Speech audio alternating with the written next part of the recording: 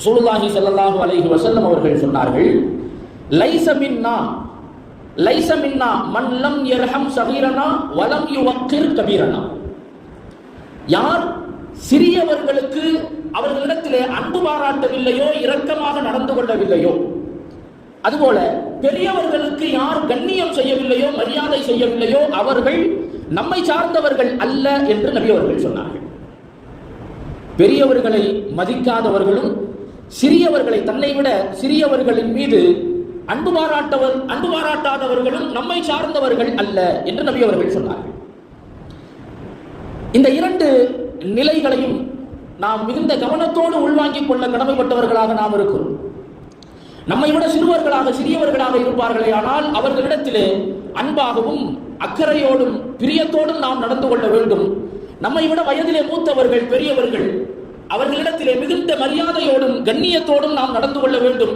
அப்படி நடந்து கொள்ளவில்லையானால் நபி ஸல்லல்லாஹு அலைஹி வஸல்லம் அவர்கள் கடுமையான வார்த்தையை பிரயோகிக்கிறார்கள். அவர் நம்மை சார்ந்தவர் அல்ல என்றார்கள். அவர் நம்மை சார்ந்தவர் அல்ல. அப்படியானால் இஸ்லாத்தினுடைய பண்பு அவரிடத்திலே வெளிப்படவில்லை. சிறுவர்களின் மீது இரக்கம் காட்டுவதும் அன்பாக நடந்து கொள்வதும், பெரியவர்களிடத்திலே மரியாதையோடும் கண்ணியத்தோடும் நடப்பதும் தான் இஸ்லாமிய பாரம்பரியம், இஸ்லாமிய கலாச்சாரம்.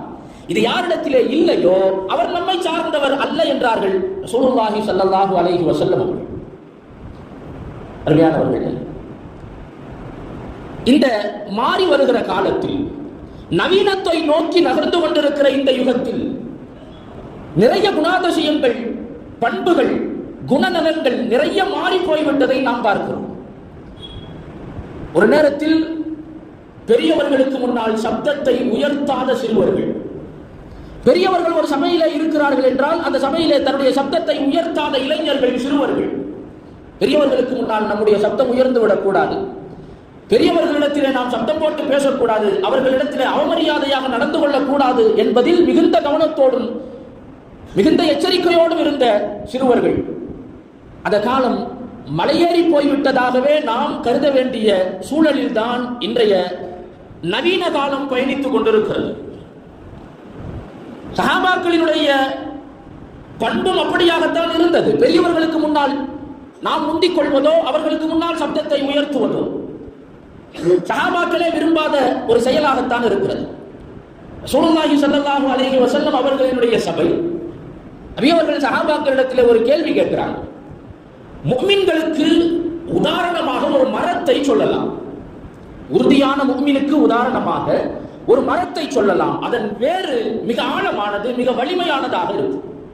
ரொம்ப ஸ்ட்ராங்கான மரம் அது. அதை ஒரு முஃமினுக்கு உதாரணமாக சொல்லலாம். அது எந்த மரம் என்று உங்களுக்கு தெரியுமா என்று கேட்டார். அது எந்த மரம்? தெரிந்தவர்கள் சொல்லுங்கள் என்றார்கள். பெரும் பெரும் சஹாபாக்களும் அமர்ந்திருக்கிறார்கள்.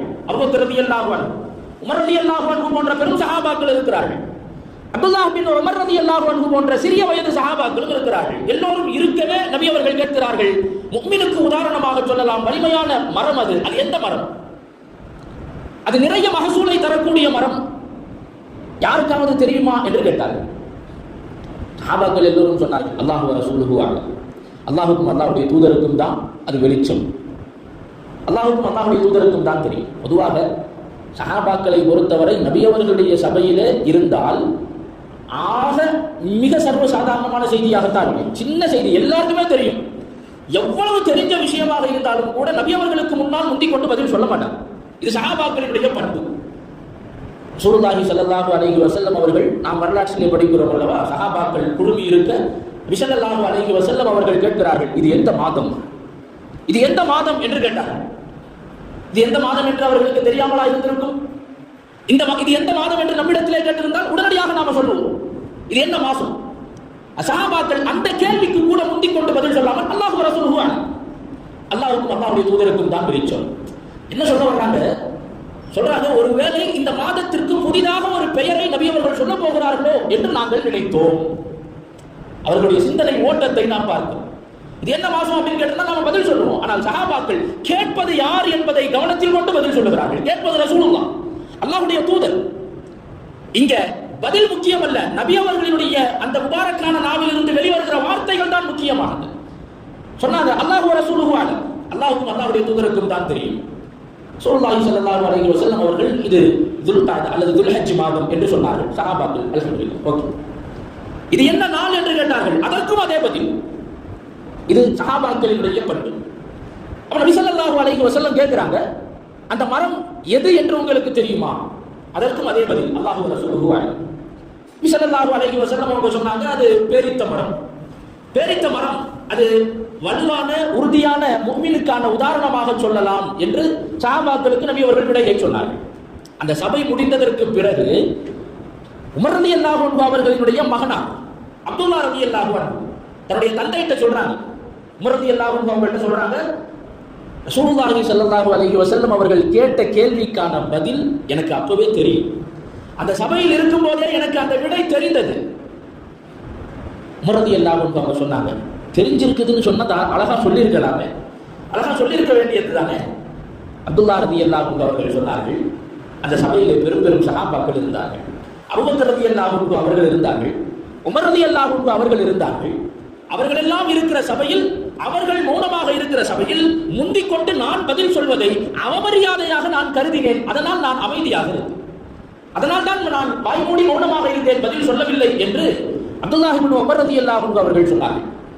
அந்த பாரம்பரியத்தில் வருபவர்கள் தான் நாம். அந்த பாரம்பரியத்தில் வருபவர்கள். பெரியவர்களை விட நம்முடைய சப்தத்தை உயர்த்திவிடக் கூடாது. பெரியவர்களை விட சொல்லில் செயலில் நம்முடைய அணுகுமுறைகள் முந்திவிடக் கூடாது என்பதில் மிகுந்த கவனத்தோடு இருந்தவர்கள். சில சந்தர்ப்பங்களில் ரசூலுல்லாஹி ஸல்லல்லாஹு அலைஹி வஸல்லம் அவர்கள் கூட பெரியவர்களை விட முந்திக் கொண்டு சில சிறுவர்கள் பேசுகிற போது நபி ஸல்லல்லாஹு அலைஹி வஸல்லம் அவர்கள் அந்த சூழ்நிலையை சரி செய்திருக்கிறார்கள். ரசூலுல்லாஹி ஸல்லல்லாஹு அலைஹி வஸல்லம் அவர்களிடத்திலே ஒரு வழக்கு சம்பந்தமாக 2 சஹாபாக்கள் வருகிறார்கள். 2 பேர் வருகிறார்கள். அதில் ஒருவர் அப்துர் ரஹ்மான் பின் சஹல், அப்துர் ரஹ்மான் பின் சஹல் என்று ஒருவர், மற்றொருவர் முஹையிஸா. இந்த இருவரும் ரசூலுல்லாஹி ஸல்லல்லாஹு அலைஹி வஸல்லம் அவர்களிடத்திலே வருகிறார்கள். பேசுகிற போது, நபி அவர்களிடத்திலே பேசுகிற போது, இதுல அப்துர் ரஹ்மான் பின் சஹல் அவங்க ரொம்ப சின்ன வயசு. அங்க வந்தவங்க இல்ல, அப்துர் ரஹ்மான் பின் சஹல் ரலியல்லாஹு அன்ஹு அவங்க சின்ன வயசு. நபி அவர்களிடத்திலே அவர்கள் முந்திக் கொண்டு பேச போனாங்க. அவர்கள் பேச்சை ஆரம்பித்தார்கள். ரசூலுல்லாஹி ஸல்லல்லாஹு அலைஹி வஸல்லம் அவர்கள் சொன்னார்கள், கப்பீர் கப்பீர் என்று சொன்னார்கள். கப்பீர் கப்பீர், பெரியவரை பேச விடுங்கள், பெரியவரை பேச விடுங்கள். நபி ஸல்லல்லாஹு அலைஹி வஸல்லம் அவர்கள் அந்த பண்பாட்டை கற்றுக் கொடுக்கிறார்கள். பெரியவர்களை பேச சொல்லுங்கள். ரசூலுல்லாஹி ஸல்லல்லாஹு அலைஹி வஸல்லம் அவர்கள் மிக அழகிய முறையில் நமக்கான ஒழுங்குமுறைகளை கற்பிக்கிறார்கள். ஒரு சபையிலே நாம் இருக்கிறோம் என்றால், அந்த சபையில் பெரியவர்கள் இருக்கிற போது பெரியவர்களை விட நம்முடைய செயல்பாடுகள் முந்திவிடக் கூடாது, நம்முடைய சப்தங்கள் உயர்ந்துவிடக் கூடாது என்பதில் மிகுந்த கவனம் நம்மிடத்தில் இருக்க வேண்டும். குறிப்பாக இளைஞர்களாக இருக்கக்கூடிய நமக்கு அது மிக மிக அத்தியாவசியமானது, தேவையானது. அந்த சிந்தனை நம்மிடத்தில் இருக்க வேண்டியது கட்டாயம். பழைய காலம், முந்தைய காலத்தில் உள்ள சபைகளுக்கும் இந்த காலத்தில் உள்ள சபைகளுக்குமான வேறுபாடு, முன்னாடியெல்லாம் சபையில பெரியவர்கள் இருந்தார்களே, ஆனால் சிறுவர்கள் பேச தயங்குவார்கள். பெரியவர்கள் இருக்கிற சபையில் சிறுவர்கள், இளைஞர்கள் பேச தயங்குவார்கள். இது அந்த காலத்து சபைகள். ஆனால் இன்றைக்கு நிலைமை தலைகீழாக மாறி சிறுவர்கள், இளைஞர்கள் பேசிக் கொண்டிருக்கிற சபையில் பெரியவர்கள் பேசுவதற்கு தயங்குகிறார்கள். பெரியவர்கள் பேசுவதற்கு தயங்குகிறார்கள். அதை அடக்குவதற்கு ரொம்ப சத்தம் போட்டுறாங்க, சத்தமா இருக்குது, ஒரே கூச்சல் குழப்பமா இருக்குது, அமைதியா இருக்கப்பான்னு சொல்றதுக்கு பெரியவர்கள் தயங்குகிறார்கள். எங்க நாம சொன்னா நம்முடைய சொல்லை உதாசீனப்படுத்தி விடுவார்கள், சொல்லு பேச்சு கேட்காம மறுபடியும் பேசிக்கிட்டே இருப்பாங்க. இன்றைக்கு இப்படியான சூழ்நிலைகளை கண்டும் காணாமல் கடந்து போகக்கூடிய சூழலில் தான் இன்றைக்கு நாம் இருந்து வருகிறோம் என்பதை மிகுந்த கவலையோடு நாம் எண்ணி பார்க்க வேண்டிய கடமை நமக்கு இருக்கிறது. மிக குறிப்பாக இளைஞர்கள், வாலிபர்கள், நாம் இது விஷயத்தில் மிகுந்த சிந்தனை நமக்கு வேண்டும். கவலையோடு இதை நாம் அணுக வேண்டும். நம்முடைய பாரம்பரியம் என்பது மிக அழகானது, நம்முடைய கலாச்சாரம் என்பது மிக ரம்மியமானது. ஆனால் இன்றைக்கு வளர்ந்து வருகிற சிறுவர்களாக இருக்கட்டும், இளைஞர்களாக இருக்கட்டும், ஒவ்வொருவரும் நம்மை நாம் பெரியவர்களாகவே நாம் கருதி கொண்டுதான் வளர்ந்து வருகிறோம். பெரியவர்களாகவே நாம் நம்மை கருதி கொள்கிறோம். இது ஆபத்தானது. காரணம், அனுபவங்கள் என்பது பெரியவர்களிடத்திலே தான் இருக்கு. வயதிலே பெரியவர்கள், நிறைய அனுபவங்களை சுமந்திருப்பவர்கள், அவர்கள் நம்மிடத்திலே சில செய்திகளை தருகிறார்களே, ஆனால் அது அனுபவம் சார்ந்தது, அனுபவம் மிக்க செய்திகளாக இருக்கும். சிறுவர்களாக இருக்கக்கூடிய நம்மிடத்திலே வேகம் இருக்கும், துடிப்பு இருக்கும். ஆனால் அது சில நேரங்களில் தவறான பின்விளைவுகளுக்கு வழிவகுத்துவிடும். எனவே பெரியவர்கள் சொல்லக்கூடிய கருத்துக்களை மரியாதையோடு ஏற்றுக்கொள்ளக்கூடிய பக்குவத்தில் நாம் இருக்க வேண்டும். பெரியவர்கள் சொல்லுகிறார்களே ஆனால் அதை கண்ணியத்தோடு ஏற்றுக்கொள்கிற தகைமையில் நாம் இருக்க வேண்டும். இது நமக்கான கலாச்சாரம் என்பதை நாம் உள்ளத்திலே பதிய வைக்க வேண்டும். ரசூலுல்லாஹி ஸல்லல்லாஹு அலைஹி வஸல்லம் அவர்கள் பெரியவர்களுக்கு கண்ணியம் செய்வதை பற்றி நபி அவர்கள் பேசுகிறார்கள். இன்னமின் இஜ்லாலில்லாஹ் இக்ராமு பிஷைபா. பெரியவர்களை கண்ணியப்படுத்துவது என்பது அல்லாஹ்வை கண்ணியப்படுத்துவதின் ஒரு அம்சம் என்கிறார்கள். பெரியவர்களை கண்ணியப்படுத்துவது அல்லாஹ்வை கண்ணியப்படுத்துவதின் ஒரு அம்சம், ஒரு அங்கம். நாம் அல்லாஹ்வை கண்ணியப்படுத்துகிறோம் என்றால், அல்லாஹ்வை நாம் மகத்துவப்படுத்துகிறோம் என்றால் பெரியவர்களை நாம் மதிக்க வேண்டும். ரசூலுல்லாஹி ஸல்லல்லாஹு அலைஹி வஸல்லம் அவர்கள் சொன்னார்கள், இன்ன மின் இஜ்லாலில்லாஹி இக்ராமு திஷைபா. பெரியவர்களை மதிக்க வேண்டியது நம் மீதான கடமை. நம் பாரம்பரியம் அதுதான். ரசூலுல்லாஹி ஸல்லல்லாஹு அலைஹி வஸல்லம் அவர்கள் வெறும் வாய் சொற்களால் வழிகாட்டியவர்கள் மட்டுமல்ல, வழி சொன்னவர்கள் மட்டுமல்ல, நடந்து காட்டியவர்கள் ரசூலுல்லாஹி ஸல்லல்லாஹு அலைஹி வஸல்லம் அவர்கள். ஃபத்ஹ் மக்காவுடைய நாள், மக்கா வெற்றி கொள்ளப்பட்ட அந்த நாள், ரசூலுல்லாஹி ஸல்லல்லாஹு அலைஹி வஸல்லம் அவர்கள் மக்காவை வெற்றி கொண்டு மக்காவிலே இருக்கிறார்கள். அபூபக்கர் ரலியல்லாஹு அன்ஹு அவர்கள் தன்னுடைய தந்தை அபூ குஹாஃபா அவர்களை அழைத்து வருகிறார்கள். அபூ குஹாஃபா அதுவரை மக்கா வெற்றி கொள்ளப்படுகிற வரைக்கும் அபூபக்கர் ரலியல்லாஹு அன்ஹு அவர்களுடைய தந்தை முஸ்லிமாகவில்லை. ஆண்களிலே முதலில் இஸ்லாத்தை ஏற்றது யார் என்றால் நமக்கு தெரியும், அபூபக்கர் ரலியல்லாஹு அன்ஹு அவர்கள். ஆனால் சையதுனா அபூபக்கர் ரலியல்லாஹு அன்ஹு அவர்களுடைய தந்தை இஸ்லாத்தை ஏற்றது ஃபத்ஹ் மக்கா, மக்கா வெற்றி கொள்ளப்பட்ட போதுதான். ஹிஜ்ரி 8 தான் இஸ்லாத்துக்கு வர்றாங்க. அதுவரையிலும் அவர்கள் முஸ்லிம் ஆகவில்லை.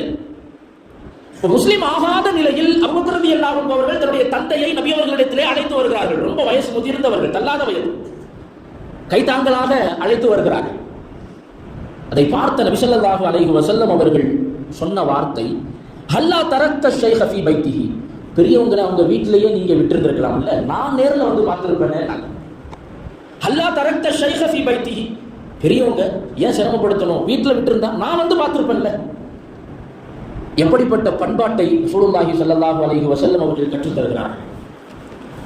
அபூபக்கர் ரலியல்லாஹு அன்ஹு அவர்கள் சொன்னார்கள், யா ரசூலல்லாஹ், நீங்கள் வீட்டிற்கு வந்து என் தந்தையை பார்ப்பதை விட சிரமமாகவே இருந்தாலும் கூட என் தந்தை தங்களை வந்து பார்ப்பதுதான் பொருத்தமானது, என் தந்தை தங்களை வந்து பார்ப்பதுதான் பொருத்தமானது என்று அபூபக்கர் ரலியல்லாஹு அன்ஹு அவர்கள் சொன்னார்கள். பெரியவர்களுக்கான கண்ணியத்தை, மதிப்பை, மரியாதையை எப்படி கொடுக்க வேண்டும் என்பதை உலகத்தில் உலக மக்களுக்கெல்லாம் மிக தெளிவாக பாடம் நடத்தியவர்கள் ரசூலுல்லாஹி ஸல்லல்லாஹு அலைஹி வஸல்லம் அவர்கள். இந்த கலாச்சாரத்தை நாம் நம்முடைய உள்ளத்தில் ஆழப்பதிக்க வேண்டும். வயதில் சிறியவர்களாக இருக்கிற நாம், இளைய பருவத்தில் இருக்கிற நாம், வாலிபர்களாக இருக்கிற நாம் பெரியவர்களுக்கு மதிப்பளிக்க வேண்டும், அவர்களை கண்ணியப்படுத்த வேண்டும். அவர்கள் இருக்கிற சபைகளிலே சத்தத்தை கூச்சல் குழப்பம் போடுவது போல சத்தங்களை உயர்த்தக்கூடாது. பெரும்பாலான சபைகளில் பெரியவர்கள் சங்கடப்படுகிறார்கள். என்ன இப்படி சத்தம் போடுறாங்களே, ஏன் இப்படி சத்தம் போடுறாங்க? வாய்விட்டு கண்டிப்பதற்கு தயக்கத்தோடு மௌனமாக இருக்கிறார்கள். இப்படி சத்தம் போடுறாங்க, இப்படி சத்தம் மனதிற்குள்ளாகவே புலங்கிக் கொள்கிறார்கள், சங்கடப்பட்டுக் கொள்கிறார்கள். அவர்களை வாய்விட்டு நம்மை கண்டிக்க முடியாத அளவிற்கு நாம் கொண்டு போய் நிறுத்திவிட்டோம் என்பது இளைஞர்களாக இருக்கக்கூடிய நமக்கு இது மிகப்பெரிய குறை, நாம் செய்கிற மிகப்பெரிய தவறு இது. இந்த நிலையில் பெரியவர்களை நாம் தள்ளிவிடக் கூடாது. அவர்கள் தான் நம்மை பண்படுத்தக்கூடியவர்கள், அவர்கள் தான் நம்மிடத்தில் இருக்கிற குறைகளை சரி செய்யக்கூடியவர்கள். அவர்களுடைய சொல்லை மதிக்காமல், அவர்களின் சொற்களுக்கு முக்கியத்துவப்படுத்தாமல், எல்லாம் எனக்கு தெரியும் என்கிற அந்த நிலையில் நாம் வளர்ந்து வருவோமேயானால் இது நமக்கு பாதகமானது என்பதை நாம் கவனத்திலே கொள்ள வேண்டும். இது நமக்கு ஆபத்தானது. ஆலோசனை கேட்க வேண்டும். எந்த விஷயமாக இருந்தாலும் பெரியவர்களிடத்திலே ஆலோசனை கேட்க வேண்டும், அவர்களிடத்திலே அறிவுரை பெற வேண்டும். காரணம், அவர்கள் அனுபவசாலிகள். அந்த அனுபவத்தை நாமும் பெற்றுக்கொள்ள வேண்டும். அது அன்பிற்கினியவர்கள், பெரியவர்களை மதிப்பதும் கண்ணியப்படுத்துவதும் நபி ஸல்லல்லாஹு அலைஹி வஸல்லம் அவர்கள் சுன்னத்தாக்கிய வழிமுறை, நபிமார்களினுடைய வழிமுறை அது, சாலிஹீன்களினுடைய நல்லவர்களினுடைய வழிமுறை அது. அதை நாம் கடைபிடிக்க தவறிவிடக் கூடாது, அதை நாம் விட்டுவிடக் கூடாது. பெரியவர்களுக்கு எப்படி மதிப்பளிக்க வேண்டுமோ அப்படி உரிய முறையில் அவர்களை கண்ணியப்படுத்த வேண்டும். மீண்டும் நபி அவர்கள் சொன்ன செய்தியை நிறைவாக ஞாபகப்படுத்துகிறேன். லைஸ மின்னா மன் லம் யுவக்கிர் கபீரனா. யார் பெரியவர்களுக்கு மதிப்பளிக்கவில்லையோ அவர் நம்மை சார்ந்தவர் அல்ல என்று ரசூலுல்லாஹி ஸல்லல்லாஹு அலைஹி வஸல்லம் அவர்கள் சொன்னார்கள். அந்த எச்சரிக்கைக்கு உரித்தானவர்களாக நாம் ஆகிவிடக் கூடாது. ரஹ்மான் அல்லாஹ் தஆலா அந்த நிலையை விட்டும் நம் அனைவரையும் அல்லாஹ் பாதுகாத்து அருள் புரிவானாக. பெரியவர்களுக்கு மதிப்பளித்து அவர்களினுடைய நல்ல துஆக்களை பெறக்கூடியவர்களாக அல்லாஹ் நம் அனைவரையும் ஆக்கி அருள் புரிவானாக. பிஹக்கி சய்யிதினா முஹம்மதின் ஸல்லல்லாஹு அலைஹி வஸல்லம் வ ஆகிரு தஅவானா அனில் ஹம்துலில்லாஹி ரப்பில் ஆலமீன்.